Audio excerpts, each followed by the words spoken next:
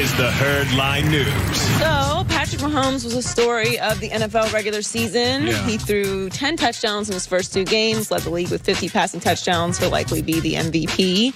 And his season has come to an end because of a coin flip and some bad Kansas City defense that prevented him from getting on the field at all. Yeah. Here is Mahomes after the game talking about overtime. It's just how the coin tosses, I guess you would say. I mean, it's a thing where he had a great drive, had a lot of third down conversions, and big moments. Guys made big catches for him. But it's a thing where you all you can do is support your teammates, trust in your teammates, and then when you get your opportunity, you go out there and try to make plays. It kind of is how the coin tosses when it comes to the Patriots. I mean, it felt over once they got the ball. You also noticed this. There were 3 replays, and they got some breaks on the challenges. Well, Patriots, if it's 50-50, it's going to go the Patriots' way. I mean, that's a fact.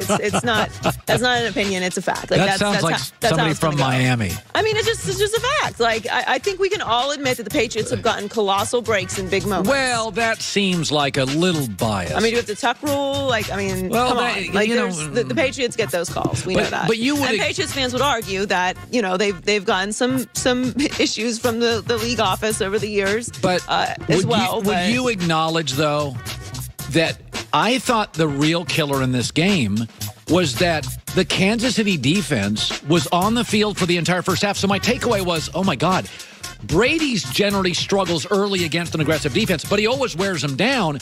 I went into halftime thinking this could be a blowout. Kansas City's guys have to be gassed.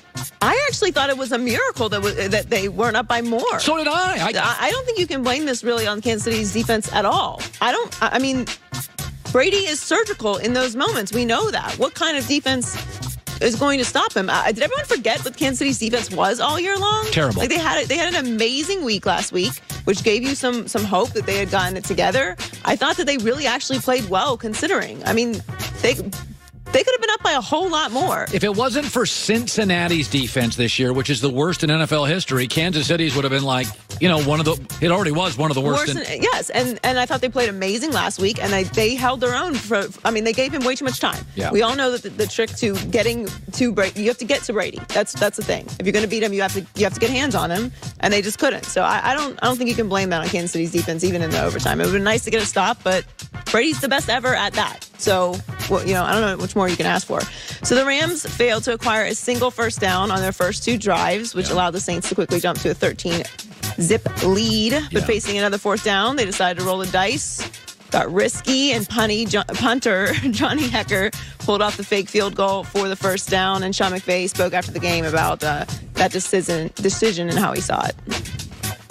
It goes back to the confidence in the players, and I know your next question is going to be, why didn't you go for it on the 4th down then? But I think more than anything, it was that we needed a little bit of momentum, and we felt like if the look presented itself, Gary, we were going to take it. Sam Shields did an excellent job running a good route. Johnny delivered a ball right on the money, and even though that didn't end in a touchdown, we ended up getting some points, and I thought that just kind of gave us a little bit of life with the way that things were going. I thought it was so aggressive and risky, but it was the perfect call in that spot. They needed something to change the momentum, the way that the game was going, and it felt like a shot of life. So Sean McVay was aggressive early, and I thought it was great. People were criticizing him for being passive late and settling for a field goal. I'll get to that in a couple minutes. I thought that had some hidden genius. I liked that, actually. So did I. I did not want them to go for it. Anyway, so we'll talk about that in a minute. Finally, the Superdome was apparently louder yesterday than the Rams anticipated. We talked about their sloppy first half, but it also had some communication issues. Saints fans and collapsed ceilings. Yeah. And after the game, Goff spoke about how it affected the game at first. The first 2 drives were tough. The first 2 3-and-outs when I didn't have my helmet, and then the second drive going 3-and-out again. And I think whichever one ended with the interception, those were tough. I mean, that was disorientingly loud. But we fought through it. It wasn't loud enough, I guess. Yeah. Very monotone jab there at the end, because they did end up coming out with the win. But that place was insanely loud. Everyone was complaining about the whistle monster. Oh, geez, and so irritating. As a viewer, it was just irritating. I mean, what are you going to do? That's what it is. There actually was parts of the building that were coming down because of how loud it was. You could sense it. And they looked complete. There you go. We have pictures of it. Yeah. That's the Superdome coming apart. Yeah. You could sense how disoriented what does it tell you? The Rams could go on the road, play like crap for an hour, not have Todd Gurley, and still win. Tells you the Rams are the better team. To go on the road in that environment, so loud the stadium is falling apart, Gurley's a no-show, and you still win. And I'll go back to this. I don't think New Orleans offense, by the end of the year, it's a pop gun offense. They don't throw the ball down the field at all. They definitely peaked in terms of it. And it happens all the time. Yeah. Teams peak all the time. Enjoy the news. Well, that's the news. And thanks for stopping by. The HERDLINE News. Let me defend Sean Payton. People were on him because he had a 4th and goal, and he decided to kick a field goal. But this was later in the game, and everybody said, go for it. But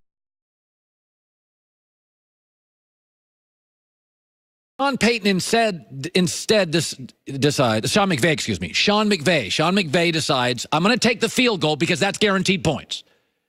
Okay, so guaranteed points still matter in this league. Hate to break it to you, but games are still always 26-23. That's the league average. So a field goal with that kicker is guaranteed, and it gives us momentum. But there's also an advantage. You could go for it, fail, and lose all momentum and play the game. But if you score a touchdown there, you think because you have a lead, it's a great thing. But it also tells the Saints you're in 4-down territory the rest of the game.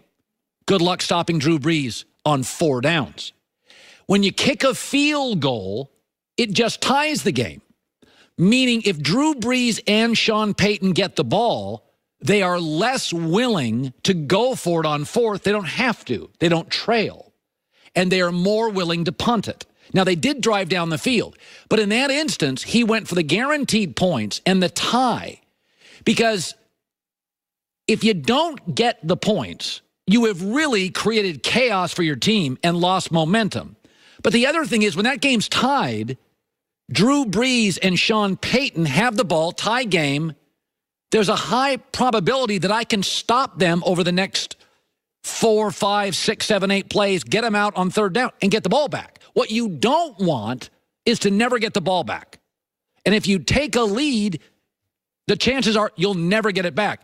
So you always think that the feeling in football is always, go for it. Field goals still matter. Go look at the games this week. This idea that every game is 45, when you get to the playoffs, I'll take guaranteed points almost every time. And he took guaranteed points, which creates a tie, creates momentum, and then you just put the game into your defense's hands to make one stop and get the ball back.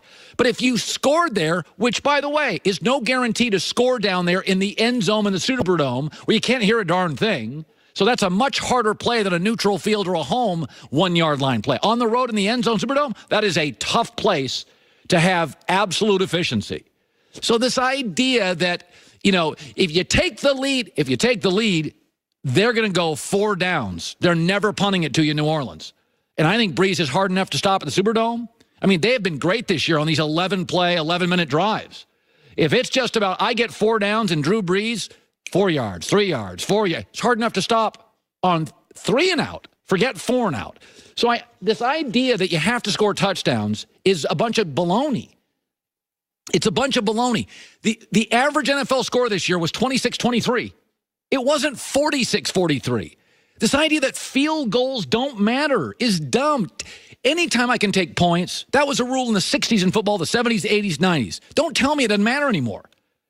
Take the guaranteed points, get a game tied, rely on your defense. It makes the other team less willing to go for it. So he may not have thought about that, but there is a subtle genius to, in that instance, taking the guaranteed tie instead of rolling the dice on the lead.